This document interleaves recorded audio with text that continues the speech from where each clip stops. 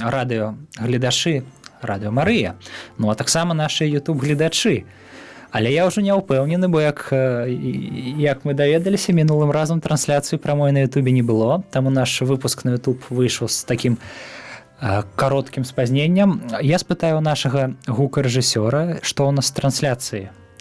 Марк, мы зараз у прамым эфіры на YouTube ці не? Бо тыдзень таму у нас была памылка. Цяпер дакладна ў прамым.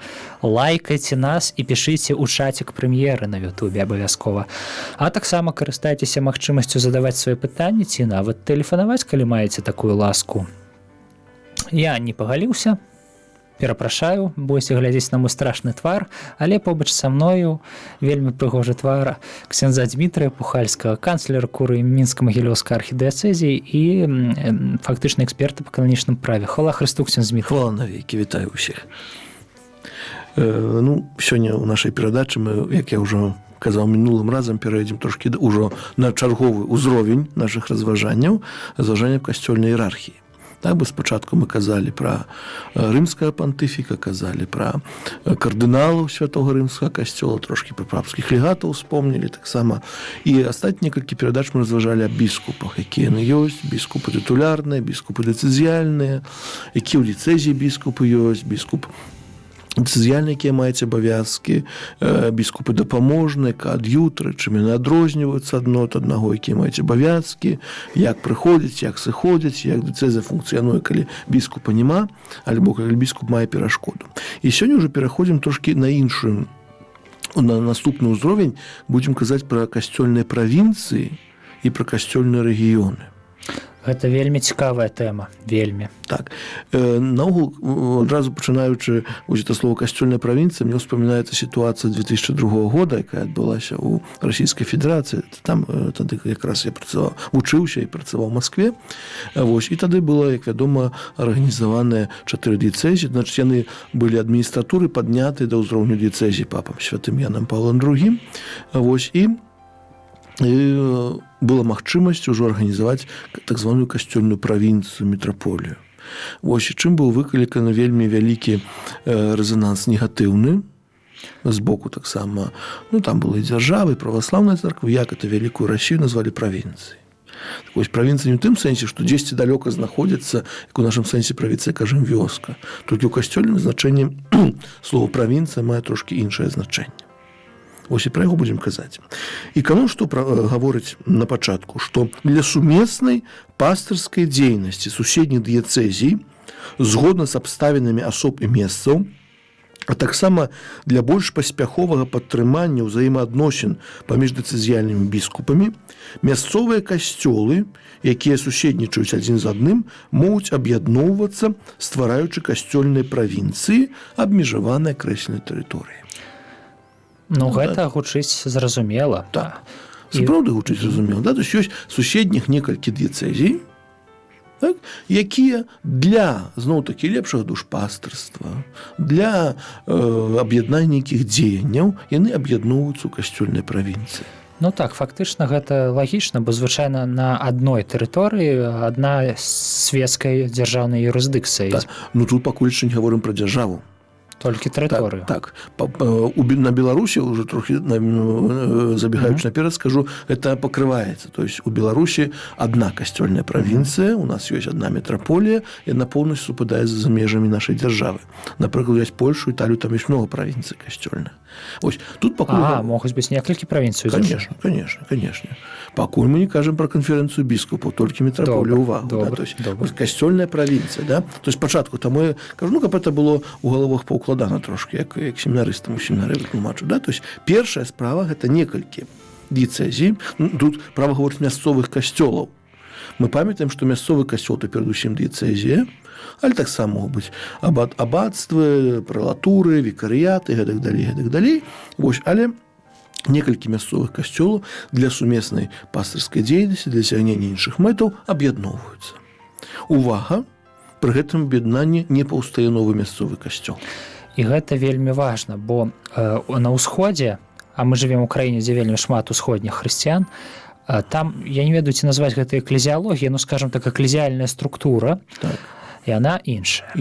Яна вельмі іерархічная. Таксама я пытаў армяна-каталікоў, грэка-каталікоў, у іх таксама ўсё больш іерархічна. Таму што яны ўсе, скажем так, падпарадкоўваюцца праву ўсходніх касцёлаў. Так, мы кажам пра лацінскія касцёлы. Кажам пра касцёл лацінскі. Так, перадусім, то есть нашы дыяцэзіі, зноў-такі берам Беларусь, 4 суседнія дыяцэзіі, якія ёсць у межах адной краіны, так яны аб'ядноўваюцца ў адну касцёльную правінцыю. Далей. Права таксама ўжо пасля другого Ватыканскага сабора засяроджвае нашу увагу на тое, што выключаныя дыяцэзіі, як правіла, у будучыні не павінны існаваць. То ўсё ж такі касцёл сёння пасля другого Ватыканскага сабора, пасля дакумента Христус Домінус, ўсё-такі касцёл захвоча, каб усе дыяцэзіі былі ў штосьці аб'яднаныя. То есть, каб не было дыяцэзій выключаных, каб была дыяцэзія сама па сабе. Ясно. То есть, звычайна, нейкая дыяцэзія з'яўляецца часткай нейкай касцёльнай правінцыі. Касцёльная правінцыя можа быць шырэй за дзяржаву, праўда? Не павінна так быць, але можа. Ясна. Вельмі выключных выпадках. Ясна. Вось, да?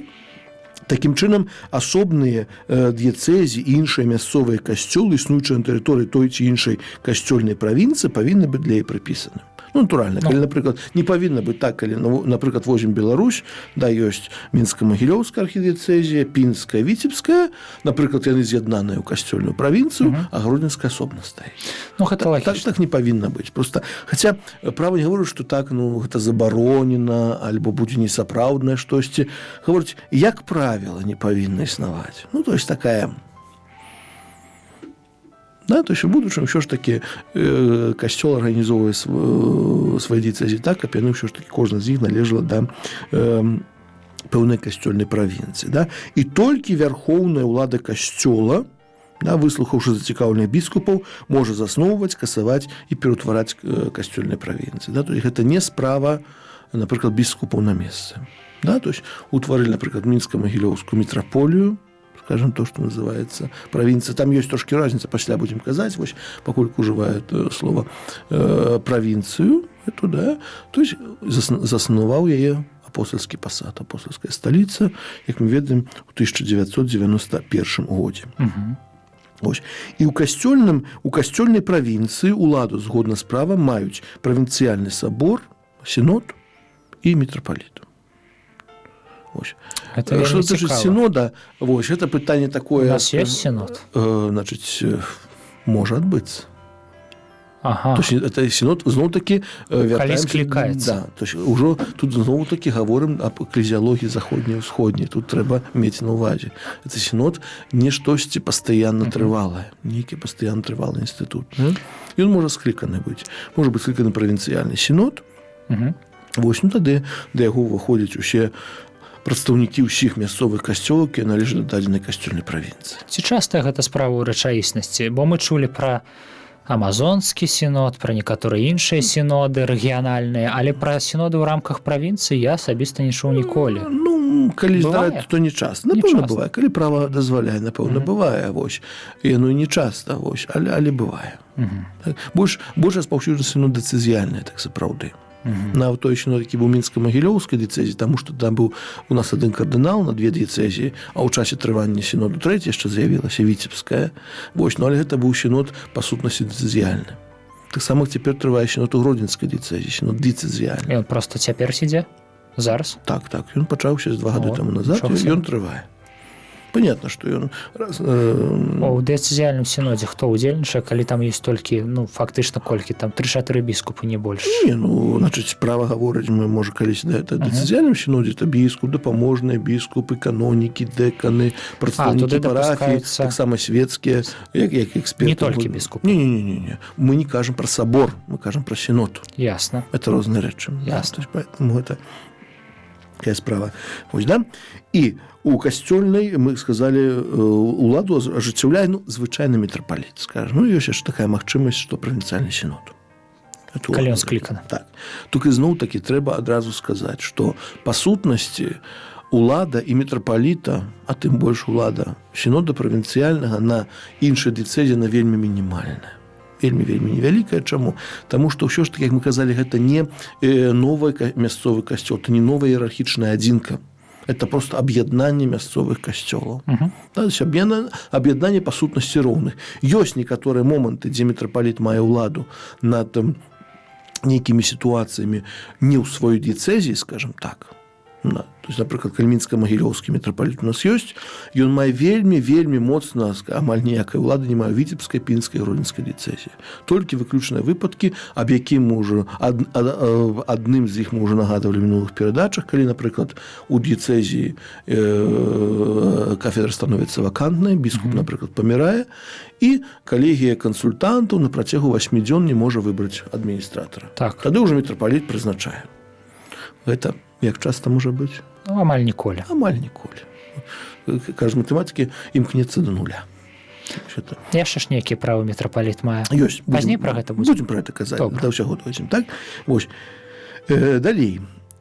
Калі прадстаўляецца патрэбным, асабліва ў тых краінах, дзе мясцовыя касцёлы вельмі шматлікія, касцёльныя правінцыі, якія суседнічаюць адна з адной, па прапанове канферэнцыі біскупаў могуць аб'ядноўвацца ў касцёльныя рэгіёны. Я думаю, гэта ёсць у Польшчы. Так, ёсць Польшча, ёсць Італія. І колькі рэгіёнаў касцёльных у Польшчы, я думаю, вы ведаеце? Мне здаецца дакладна. Прыкладна. Значыць, у Польшчы каля, мне здаецца, 40 або 42 дыяцэзаў. Дыяцэзі, так. То есть дзеці каля 14, мне здаецца, але дакладна не буду казаць, не ведаю цифры дакладна. Проста не дзеля лічбаў канкрэтных, а каб уяўляць прыкладна, як гэта на практыцы. Так, ёсць, напрыклад, так гэта бывае. Таксама, напрыклад, у Італіі, бо на поўначы Італіі ёсць Венецыя дыяцэзія вельмі невялічка, там пасля Тревізо, Тріесте, Вічэнца. Яны аб'ядноўваюцца такую касцёльную ўжо касцёльны рэгіён, бо не толькі ўходзіць мітраполія Венецкая, напрыклад, яшчэ іншая. То есть гэты падзел, ён часамі гістарычна існуе, часамі новы падзел ёсць, але ён ёсць. Ясна. То есть некалькі ўжо, то есть наступная структура, некалькі касцёльных правінцый аб'ядноўваюцца ў касцёльныя рэгіёны, зноў-такі новая структурная адзінка не ствараецца. А як называецца імя чалавека, які фармальна стаіць на чале рэгіёна? Ці няма такого чалавека? Права канкрэтна пра гэта не гаворыць. Можа быць так, што канкрэтны касцёльны рэгіён ужо супадае з канферэнцыяй біскупаў. Калі гаворка ідзе, калі касцёл, то есть калі рэгіён касцёльны знаходіцца ў межах адной краіны.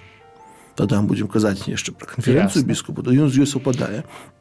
У Беларусі настолькі добра, што у нас і правінцыя, рэгіёна не малі, можна сказаць, і рэгіён, таму што это адна касцёльная правінцыя, і канферэнцыя біскупаў усе маюць аднолькавыя межы. І мітраполія наша. І мітраполія. Усе маюць аднолькавыя межы. А яшчэ правінцыі, яны заўсёды мітраполіямі называюцца, ці па-рознаму бывае?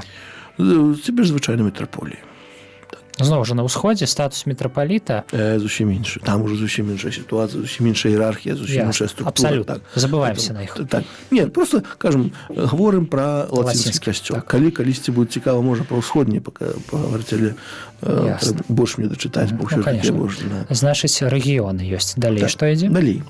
І далей права гаворыць так, што сход біскупаў касцёльнага рэгіёна павінен садзейнічаць супрацоўніцтву і сумеснай пастырскай дзейнасці ў рэгіёне.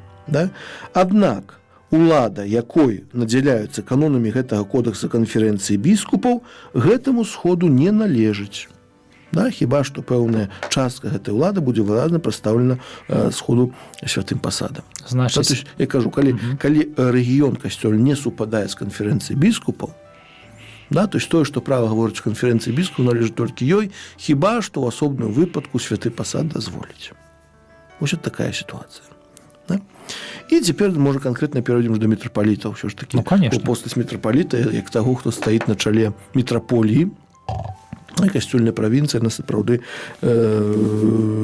даволі важная. Касцёльную правінцыю мітраполію узначалі мітрапаліт, які з'яўляецца арцыбіскупам дыяцэзіі, якой ён кіруе. Значыць, заўсёды мітрапаліт можа быць толькі арцыбіскуп. Так. І даже дачытаю, потом яшчэ скажу. Гэта пасада звязана з біскупскай кафедрай, устаноўленай або зацверджанай рымскім пантыфікам. То есть, зноў-такі прыклад, прасцей за ўсё, наша Беларусь. У нас архідыяцэзія – гэта Мінска-Магілёўская. То есть заўсёды структура мітраполіі такая, што адна з дыяцэзій з'яўляецца архідыяцэзіяй, на чале стаіць арцыбіскуп, які з'яўляецца мітрапалітам. Ці можна задаць пытанне Так. з гісторыі нашай краіны? Вельмі простае. Калі наш паважаны мітрапаліт Тадэўш Кандрусевіч яшчэ служыў у Маскве, пакуль вы там вучыліся, то тут у нас жа быў кардынал светлай памяці Казімір Свёнтак, які быў сам дыяцэзіяльным біскупам пінскім, ці я Не, памыляюся? ён быў дыяцэзіяльным біскупам мінскім магілёўскім і апостальскім адміністратарам пінскай дыяцэзіі. Тады пытанне здымаецца. Бо я чуў, што ён быў біскупам пінскім.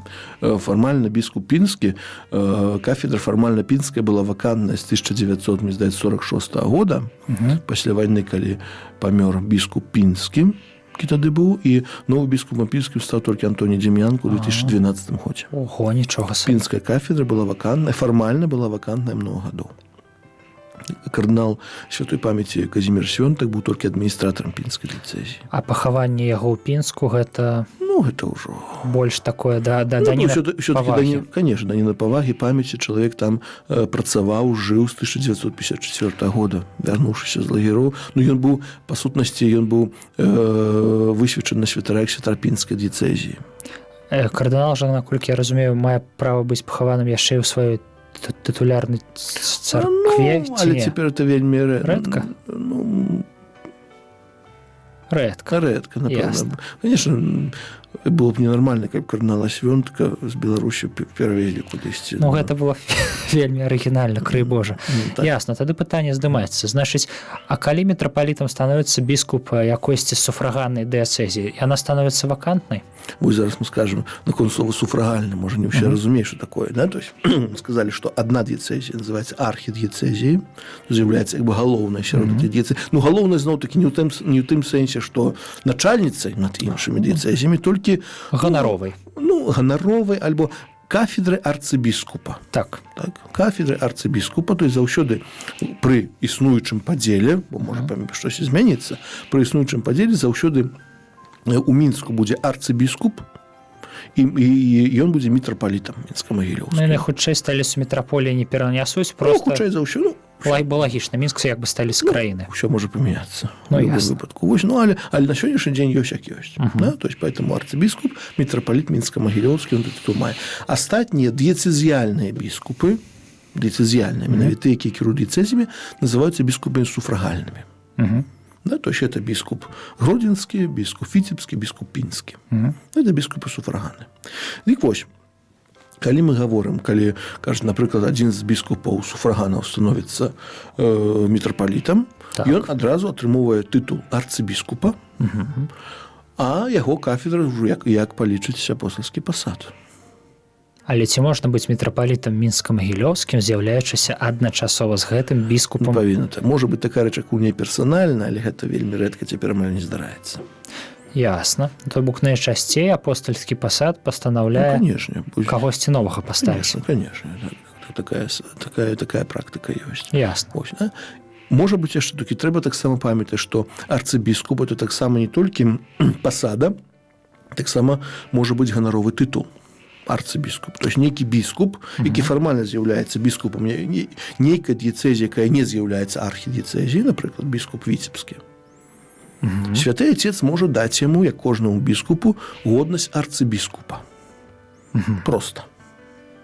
Ён не будзе ўзначальваць нейкую дыяцэзію, проста за нейкія заслугі, за штосьці. Святы Отец можа даць такі тытул арцыбіскупа. Але ён будзе ўзначальваць дыяцэзію нармальна. Напрыклад, такая сітуацыя была ў дыяцэзіі Варшава-Прага. Да, то есть это, калі хтосьці ведае, сам горад Варшава падзелены на две дыяцэзіі па Вісле. Ёсць Варшава архідыяцэзія варшаўская і дыяцэзія варшаўска-пражская. Прага не тая, якая ў Чэхіі, просто так раён Варшавы называецца Прага. Вось, і там на працягу многіх гадоў біскупам гэтай дыяцэзіі быў арцыбіскуп. Арцыбіскуп спачатку Глудь, пасля арцыбіскуп цяпер Хосар. Вось. І гэта быў іх персанальны ганаровы тытул. Вось. Але калі біскуп становіцца, і нармальна, што арцыбіскуп можа ўзначальваць дыяцэзію. Але архідыяцэзію заўсёды павінен архібіскуп узначальваць. Лагічна. Такая Дзякую, што сказалі. Такая вот сітуацыя ёсць. Чытаем часам, што там, Господі, сабор Парыжскай Маці Божай. Там, наколькі я памятаю, увогуле быў архідыякан. Это сведчыць аб тым, што ў лацінскім касцёле таксама існуюць такія ганаровыя тытулы. Ёсць, конечно, ёсць ганаровы тытул. Тут яшчэ быў, конечно, калі кажам пра сабор Парыжскай Маці Божай, тут трэба, конечно, усведамляць, што это был яшчэ дэраформены падзел. Ну, конечно, гэта старыя часы. Старыя часы, там іншыя ступені пасвячэнняў таксама, пасвячэнні ніжэйшыя, вышэйшыя былі. У гэта ўлазіць пакуль не будзем. Значыць, разабраліся з арцыбіскупам. Так. Цяпер што павінен мітрапаліт у суфрагальных дыяцэзях? Тое, аб чым мы казалі. Першае, чуваць над тым, каб дакладна захоўваліся вера і касцёльных дысцыплінах і аб злоўжываннях, калі яны існуюць, паведамляць рымскага пантыфіка. У суфрагальных дыяцэзях. Так. То есть, калі ёсць нейкія злоўжыванні у суфрагальных дыяцэзіях, мітрапаліт павінен аб гэтым паведаміць рымскага пантыфіка. Слова злоўжыванне трэба разумець максімальна шырока ў дадзеным выпадку. Так. Як правіла, ўсё павінна... Ну, понятно, што практыка выглядае, калі штосьці ёсць, мітрапаліт спачатку павінен пагаварыць з біскупам той дыяцэзіі. Понятно, не адразу да рымскага пантыфіка ўсё пісаць. Ну, але фармальна ў яго такое такі абавязак, да? То есть чуваць над тым, каб дакладна захоўвалася вера і касцёльная дысцыпліна. Да, і калі у пытаннях веры і касцёльнай дысцыпліны ёсць нейкія злоўжыванні, мітрапаліт мае права звярнуцца з гэтым да рымскага пантыфіка. Другая справа. Ой, нам патэлефанавалі ў студыю, мне кажа гукарэжысёр. Давайте. Ну што ж, не было такога на маёй памяці, ну нічога. Злучайце нас, калі ласка. Злучайце. Хвала Христу. Слава навеки. Вітаю вас. Зараз слышно меня добра. Вы в эфире. Хотел бы спытаць, ці можна спытаць некалькі пытанняў? Можна. Постараемся адказаць. Так. Вы чуеце ксяндза Дмітрия, скажите? Что еще раз? Ці чуеце вы ксяндза Дмітрия? Ксяндз Дмітрий, скажите что-нибудь, сказал. Постараюсь адказаць на пытанне па меры магчымасці. Ну, проверяем технику просто. Все чуваць? Так, добра. У мяне ёсць одно першае пытанне, яно датычыцца да ўсходняга права. Нават калі вы не ведаеце, можа быць, хоць зробіце там, падумаеце, як там можна адказаць на гэтае пытанне. Я зараз займаюся перакладам з кодекса ўсходніх канонаў на рускую мову, і там я ў 59-м каноне 3-го параграфу заўважыў такую рэч. Там напісана: пасярод іншых патрыярхаў усходніх цэркваў першынства вызнаецца даўнасцю патрыяршага пасада. Вось што гэта можа азначаць? Што азначае першынства патрыяршага пасаду? Ну, напэўна, значыць, той час, калі ты патрыяршы пасад стаўся патрыяршым, скажем так, да? То есть іх ёсць некалькі ўсходніх патрыярхатаў. Вось, я ўжо дакладна скажу, не ведаю, які з іх самы ранейшы быў. 5, так? Які з іх быў ранейшы. Там, напэўна, Іерусалім, Александрыя ёсць, штосьці яшчэ. Я скажу, не спецыяліст па ўсходнім праве. Але проста і кожны з гэтых патрыяршых пасадаў мае сваю, скажем так, дату заснавання. Да, и поэтому старейшим лічыцца той, хто найстарэйшы сярод іх. А тут маецца на ўвазе сам патрыярх, які раней зышоў на пасад, ці ўвогуле пасад? Сама пасада патрыярха. Да, то есть тут уже, то есть першым сярод лічыцца, калі, напрыклад, Канстантинопольскі умоўны, так, будзе самы старэйшы, што Канстантинопольскі патрыярх будзе, скажем так, першым сярод іншых, не? Неважно, калі ці учора толькі зашоў на пасад, ці 30 гадоў уже там сядзець. То есть не па гэтым вызначаецца, а менавіта по самой кафедры, да, то есть по самой. А навошта патрэбнае гэта першынства? У большасці оно ганаровае, наколькі ведаю, ва ўсходніх касцёлах оно ганаровае. Чыста ганаровае. Ну тады другое пытанне у мяне ўжо па лацінскай царкве. Вось я заўважыў, што ёсць на многіх прыходах, у многіх рыба-каталіцкіх цэрквах свае нейкія викарыі. Вось мне пытанне, ці можа быць на адным прыходзе 2 викарыя, і ўвогуле навошта ён, чым ён адрозніваецца ад там каноніка ці звычайнага святара? Значыць так, добрае пытанне, дзякуй вялікі. Вось што тычыць викары? Викары гэта святар, які дапамагае пробашчу выкананні ягоных абавязкаў. Да, то есть натуральна, што на адной парафіі, калі парафія вялікая, адзін святар проста чыста фізічна не можа ўсяго зрабіць. І тады па меры магчымасці, калі ёсць святары, калі ёсць такая патрэба, біскуп прызначае 1, 2, 3, 5, 10, колькі патрэба вікарыяў на эту парафію. Яны дапамагаюць пробашчу выконваць ягоныя абавязкі, катэхізіруюць, удзяляюць святыя сакраменты, працуюць на парафіі як святары, іншымі словамі. Да? Адрозніваюцца яны, вы успомнілі канонікаў. Канонікі – это трошкі іншая, скажем так, вобласць. А канонікі – это больш таке ўжо ганаровы тытул, святара ганаровая адзнака, які ён атрымоўваюць ад біскупа. Вось, і яна часцей за ўсё пасада каноніка не звязана з парафіяй.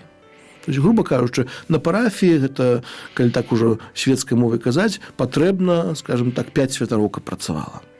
1 пробашч і 4 дапаможныя вікарі. Вось, дарэчы, ксёндз Дмітрый, у вас жа цяпер няма парафіі? Бо не ёсць пробашчам.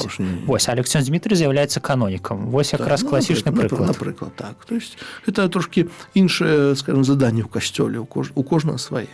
Спадзяюся, можа, адказаў на пытанне. Так? То есть вікарый, ён як вікары пробашча ці вікары... Вікары парафіі. Бо ёсць яшчэ паняцце біскупскі вікарый.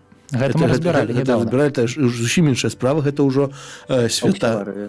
Так, это святар, які мае пэўную частку выканаўчай улады, альбо ў нейкім рэгіёне, напрыклад, як біскуп Александр Яшэўскі у нас з'яўляецца біскупскім вікарыем для горада Магілёва і Магілёўскай вобласці. Да? То есть ён там мае, скажем так, можа выконваць некаторыя абавязкі дыцэзіяльнага біскупа, якое права дазваляе. Да? Это ўжо іншая справа. Можа быць біскупскі вікары да некаторых спраў, напрыклад, да нейкіх нацыянальнасцяў, ці да спраў моладзі, пакліканню, яшчэ чагосьці. Да? Гэта ўжо іншая справа, бо ёсць вікары парафіяльны, ёсць вікары біскупскі, каб не блытаць гэтыя тэрміны. Зразумела? Так, дзякуй вялікі. І вось апошняе пытанне, яно ўжо менш абрадавае. Наконт вось змену абрады ў шлюбе. Я вось, напрыклад, сам грэк-каталік, моя жонка рыма-каталічка, і яна сказала, што будзе з майго абраду, калі мы зрабілі шлюб. Але вось я чуў такое, што ў шлюбе абодва, і супруг, і супруга, яны могуць мяняць, скажем так, прыгаць з аднаго абрада ў іншы, калі ім захочацца. Гэта так, ці як гэта адбываецца? Ну, ведаеце, прыгаць, можа, не зусім добрае слово на гэта. Чаму? Таму што, можна змяніць абрад альбо у моманце заключэння сужэнства, альбо ў часе яго трывання. Да? І чыста, праўна можна это рабіць, канешне, кожны дзень. Таму што пасля можна і вярнуцца ў свой абрад. Толькі, пытанне навошта прыгаць. Да? То есть, да, магчымасць такая ёсць. Магчымасць ёсць альбо каб муж і жонка былі розных абрадаў, альбо каб былі аднаго абрада. Для практыкавання лепшага сваёй веры, нейкіх іншых, тут ужо права не вымагае прычына. Просто так можна зрабіць. Але мяняць кожны дзень прынятае рашэнне, не ведаюць гэта.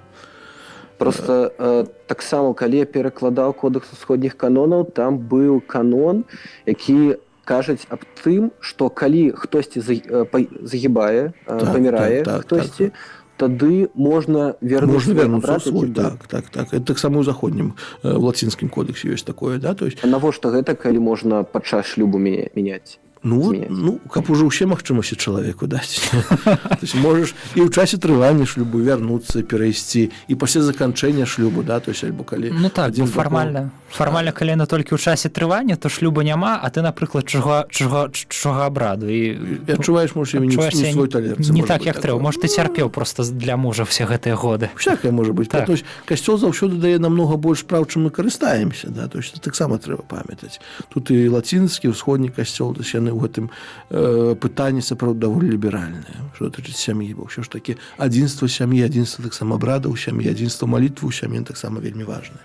Поэтому касцёл дае ту магчымасць альбо ў часе заключэння сужэнства, утрывання і пасля завяршэння сужэнства, то есть у любым моманце, па сутнасці. Так, тое, што вы называеце прыганнем з абраду ў абрад, мы так разумеем, як змену ў часе трывання. Так, звычайна, каб яно адзін раз было, бо калі это бывае так, кожны тыдзень, тут ненармальна. Канешне, гэта лепей часта не рабіць, скажем так. Дзякую, што глядзіце нашыя папярэднія праграмы, бо я бачу, што пытанне з іх фактычна. Добренько. Так, хацеў бы сказаць, што на самой справе у Нарадыё Марыі гэта адзінае, што я гляджу, і, магчыма, гэта ці лепшае, ці адно з самага лепшага, што ёсць пра каталіцкую царкву на тэрыторыі Беларусі у СМІ. Вялікі вам дзякуй за ўсё. Дзякуй за пытанне. Дзякуем шчыра. Дзякуем шчыра. Будзем маліцеся за нас. Дзякуй, што тэлефануеце. З Богом. Богом. Слава Ісусу Христу. Слава навекі. Прыемна чуць, што людзі нас глядзяць. Так. Дзякую. Калі у вас ёсць нейкія пытанні, пішыце нам нас, так сказать, контактныя тэлефоны або тэлефануйце ў эфір.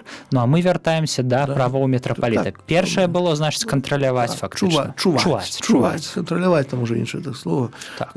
Чуваць. Даглядаць. Так. Другое? Ажыццяўляць кананічную візітацыю па прычыне папярэдне зацверджанай апостальскім пасадам, калі суфраган яе занядбаў. Ну, такое рэдка было. Зноў-таки, это вельмі такая рэдкая, то есть, каб біскуп занядбаў абавязак візітацыі, яшчэ калі апостальскі пасад аб гэтым нагадаў, звычайна апостальскі пасад нагадае біскупу успомніць. Ну, так. Поэтому это таксама вельмі рэдка. Ну і трэцяя справа прызначыць дэцызіяльнага адміністратара ў сітуацыі, пра якую мы казалі, то есть, калі 8 дзён. Калі 8 дзён прайшло, калі кансультантаў нікаго не выбрала. Усё. То есть мы бачым сапраўды правы мітрапаліта ў суфрагальных дыяцэзіях яны вельмі маленькія, скажем так. Яны вельмі абмежаваны, па сутнасці, ну, такой штодзённасці біскуп, мітрапаліт не мае ўлады над у іншых дыяцэзіях. А нават калі нешта робіцца нядобрае ў іншых дыяцэзіях, то мітрапаліт усяго толькі паведамляе ў апостальскую сталіцу, і там жа апостальская сталіца мае ўладу. Таму што ўсё ж такі кожны біскуп адказны перад апостальскай сталіцай за свой дыяцэзію. Поэтому об этом варта памятаць, таму чаму пра гэта кажу, што працуючы ў курыі даволі часта мы атрымоўваем лісты ад людзей з розных дыяцэзій, якія пішуць на імя мітрапаліта з просьбай, каб мітрапаліт вырашыў тую або іншую справу там у Віцебскай, Пінскай ці Гродзенскай дыяцэзіі. Конечно, калі это датычыць Мінска-Магілёўскай архідыяцэзіі, понятно, робім, што можам. Але калі гэта датычыць іншых дыяцэзій, памятайце, што мітрапаліт там не мае ўлады. Там трэба звяртацца да свайго дэцызіяльнага біскупа. І гэта вельмі важна. Нават калі мітрапаліт чалавек, які карыстаецца надзвычайнай павагай, ён не мае проста кананічнай улады. Так, не мае кананічнай улады. Мітрапаліт не можа сказаць пробашчу дзесьці там у Гродзенскай вобласці, каб ён так рабіў або не так рабіў. Нават калі можа, пробашч абсалютна не павінен яго слухацца, бо гэта чужы біскуп. Ну так. Ну, понятно, што поэтому вось гэта такая. Ёсць яшчэ другі параграф, які гаворыць, значыць, там, дзе гэтага патрабуюць абставіны, мітрапаліт можа быць надзелены апостальскім пасадам асаблівымі абавязкамі і ўладай акрэслены ў мясцовым праве або апостальскім пасадам. То есть у нейкіх яшчэ выключных выпадках апостальская сталіца часцей за ўсё можа даць мітрапаліту нейкія паўнамоцтвы або нейкую ўладу, нейкае заданне, але гэта зноў-такі вырашаецца індывідуальна. І гэта найхутчэй пытанне ўзаемадзеяння са свецкімі ўладамі. Не абавязкова, але можа быць і так. Быць са свецкім, можа таксама з духоўнымі ўладамі, напрыклад. Ну, можа быць усякія сітуацыі. Жыццё касцёла вельмі багатае. Поэтому права зноў-такі тое, што казаў, адказваючы на пытанне, права дазваляе нам на многія рэчы. То есть права не робіць такія вельмі абмежаваныя поле дзейнасці для мітрапаліта. Можа быць надзельна, але для гэтага быў парадак. То есть павінна быць канкрэтная сітуацыя, канкрэтная распараджэнне апостальскага пасаду у той альбо іншай справе. Мітрапаліт можа ўвайсці, можа штосьці зрабіць, можа прыняць нейкае рашэнне і так далей. То есть гэта трэба памятаць. І далей, ніякай іншай улады у суфрагальных дыяцэзіях мітрапаліт не валодае. Нават спецыяльна вынесены канон. Трэці параграф этого канона 436. Ніякай іншай улады ён у суфрагальных дыяцэзіях не валодае. Аднак ён можа ва ўсіх касцёлах, папярэдзіўшы дэцызіяльнага біскупу, у тым выпадку, калі касцёл катэдральны выконвае сваё служэнне як біскуп ва ўласнай дыяцэзіі, то значыць выкарыстоўваць пантыфікаліі па сутнасці. То есть ва ўсіх касцёлах мітраполіі мітрапаліт можа, ну, скажем так, ужываць пантыфікалію, значыць, цэлебраваць святую імшу як біскуп этой дыяцэзіі, выкарыстоўваць мітру, пастарал і палій. А ў мітрапаліта ж ёсць яшчэ нешта дадатковае. Палій. Палій. Зараз будзем казаць. Да, як сімвал улады. Але то есть, калі толькі гаворка ідзе пра нейкую катэдру, ён павінен папярэдзіць дыцэзіяльнага біскупа. Калі ў звычайнай парафіі на тэрыторыі мітраполіі мітрапаліт можа цэлебраваць святую А мішу. дыцэзіяльны біскуп з суфрагальнай дыяцэзіі, ён на тэрыторыі мітраполіі павінен прасіць дазволу на... Значыць, дазвол можа быць меркаваны, вось, але наша канферэнцыя біскупа то было аб'яўлена, то есть прыняло такое рашэнне, што ўсе біскупы, ўсе касцёлы могуць цэлебраваць імшы святыя без нейкіх там спецыяльных дазволаў. То есть мяркуецца, што дазвол ёсць, аб этом было аб'яўлена. То есть все біскупы дапаможныя, дыцэзіяльныя на тэрыторыі Беларусі могуць цэлебраваць святыя імшы і ўжываць пантыфікалію. Выдатна. Далей. На мітрапаліта ускладзены абавязак на працягу 3 месяцаў ад атрымання біскупскага пасвячэння, або калі ён ужо пасвечаны пасля атрымання кананічнага прызначэння, асабіста або праз прадстаўніка прасіць у рымскага пантыфіка палій, праз які абазначаецца ўлада, якую ў адзінстве з рымскім касцёлам мітрапаліт надзяляецца згодна з правам у сваёй правінцыі. Можна задаць вельмі тупое пытанне, вельмі такое дурное. Тупых пытанняў не бывае. Добра. Яго ў прамым сэнсе перасылаюць праз з Рыма. Ці гэта маецца на ўвазе права насіць яго, вырабляць яго ўжо не так важна дзе? Не. Ну, звычайна, калі гаворым пра палі, тут трэба на што звярнуць увагу. Ён на працягу 3 месяцаў павінен папрасіць. Ну так. Першае папрасіць. Цяпер практыка па-рознаму бывае. Вось, але наш мітрапаліт, напрыклад, ён і заўсёды ёсць такая ўрачыстасць святых апостолаў Петра і Паўла, ўсе мы ведаем, і ўсе мітрапаліты, якія былі прызначаныя за астатні год, яны ў гэту ўрачыстасць на плошчы святого Петра з рук святога айца атрымоўваюць палій. І ў нашага мітрапаліта такі палій круты. Не, так это ўсе мітрапаліт.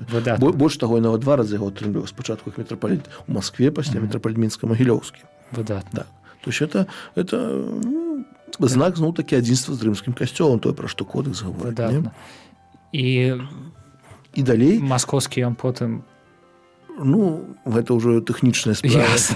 Ясна. Ну, я маю на ўвазе сам прадмет вось гэты фізічны, ён не так важны, як валоданні. Натуральна. Разумееце, таксама, як, напрыклад, сутанну святара апранаю. Ну, понятно, што сутанная на дна, но у кожнага ў шафе, 3-4 вісіць, понятно, там больш урачыстая, менш урачыстая, больш там цёплая, летняя, і так далей. Таксама і з паліямі ёсць, напэўна, мітрапаліта не адзін палі, але сам знак, той знак, это знак улады мітрапаліта, ён ёсць. Да? І мітрапаліт па новых літургічных прадпісанняў можа ўжываць палій у любым касцёле касцёльнай правінцыі. Да? Аднак ніколі па-за межамі нават са згоды дыцэзіяльнага біскупа. То есть, калі, напрыклад, мітрапаліт выязджае дзесьці ў Вільню, ён там не можа ўжываць свой палій, нават калі той біскуп скажа, калі ласка. І ў Маскве не можаце. Нідзе. Нягледзячы на то, што раней у Маскве быў мітрапаліт. Раней быў, да, але цяпер не можа. Абсалютна не. Па-за межамі свой мітраполій ніколі не можа. Нават са згоды дыцэзіяльнага. То есть, калі са згоды дыцэзіяльнага біскупа ён можа цэлебраваць імшу пантыфікалі, да, то есть там на тэрыторыі сваёй касцёльнай правінцыі, конечно, то па-за межамі нават вот именно што датычыць палія, то есть палі ўжываць не можа. Напэўна, толькі папа можа насіць палі паўсюль. Так, папа ўсюль можа насіць. Вось, ну і таксама ёсць розныя палі. У Бенедыкта 16 вельмі прыгожы палі, мне падабаўся, ён такі быў. Трыдэнскі? Не трыдэнскі, там былі такія вось вялікія, так. Ну, мітрапаліт таксама ёсць, бачу. Вельмі прыгожа выглядае, скажем так. І мітрапаліт, калі пераводзіць на іншую мітрапалітальную кафедру, павінен атрымаць новы палій. Якраз тое, што было. Гэта, можа, не часта здараецца, ўсё ж такі мітрапаліта перанасілі з катедры на катедру, вось, ну, у нас было. Тым больш у іншую краіну. Это рэдкія выпадкі. Бачыце, якая унікальная у нас краіна. Унікальная, сапраўды унікальная, вось у гэтым значэнні, што і сапраўды, то есть мітрапаліт. Далей.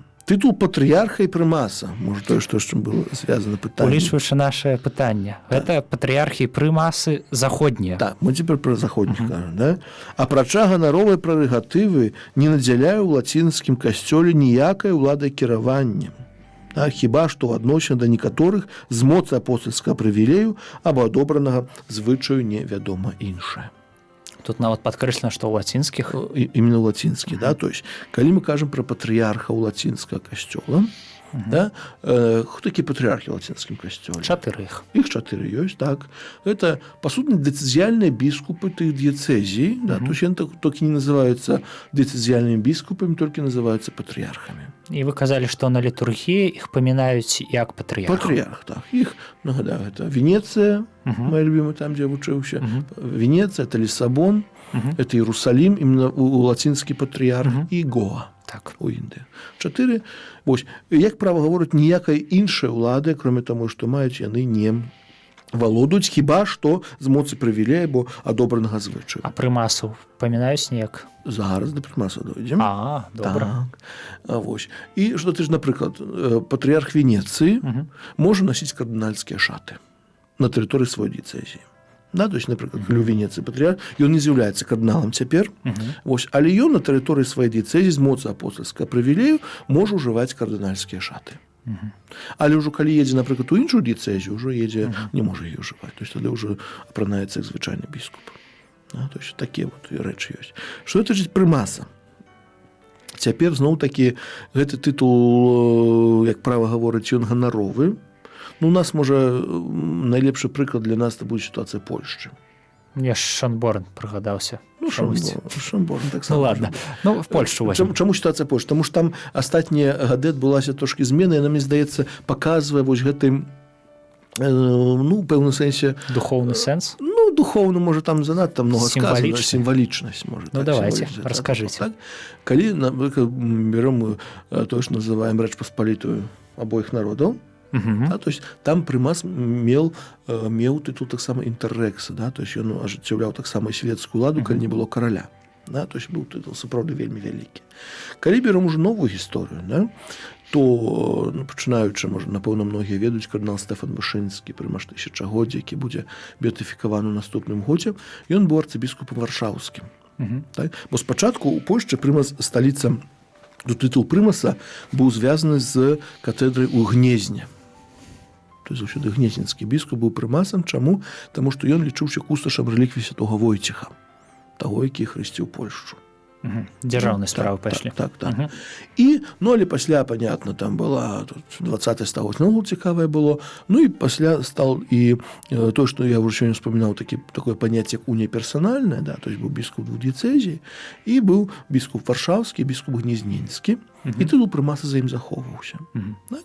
Пасля быў таксама кардынал Глемб, нейкі час меў это две сталіцы, но пасля ўжо прыйшлі канец 80-х гадоў, ён стаў арцыбіскупам варшаўскім, і тытул прымаса ўжо за ім быў захаваны як з арцыбіскупам варшаўскім. Вось.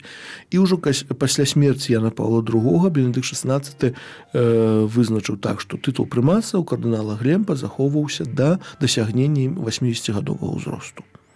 Да, то есть до 2009 года. А потым пераходзіў зноў-такі на арцыбіскупа Гнезненскага.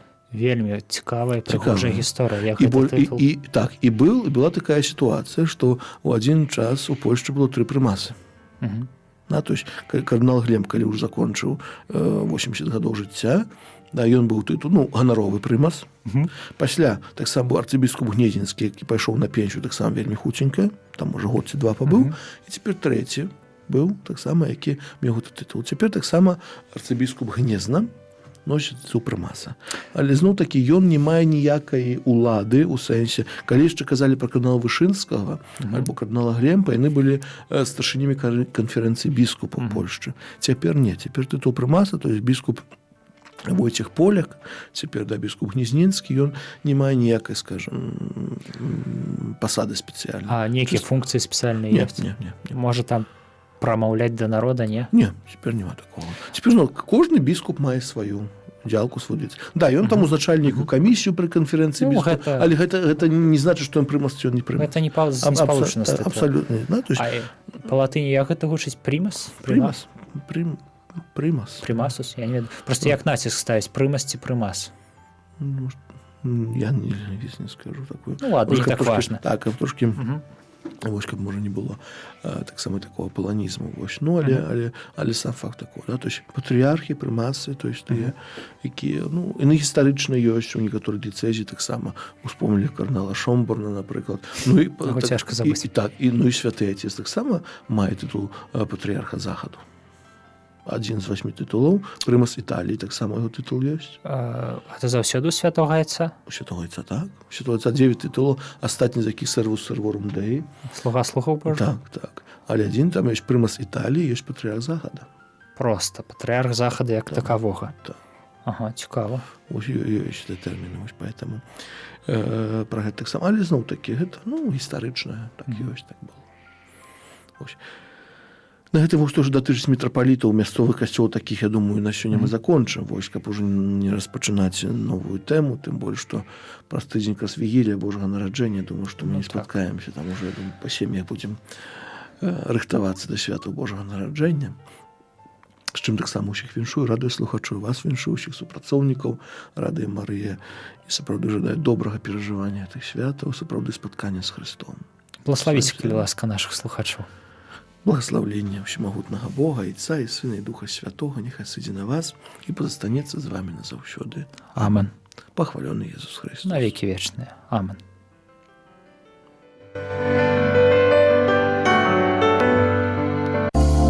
Вы слухали перадачу «Кодекс кананічнага права» з ксяндзом Дмітрыем Пухальскім.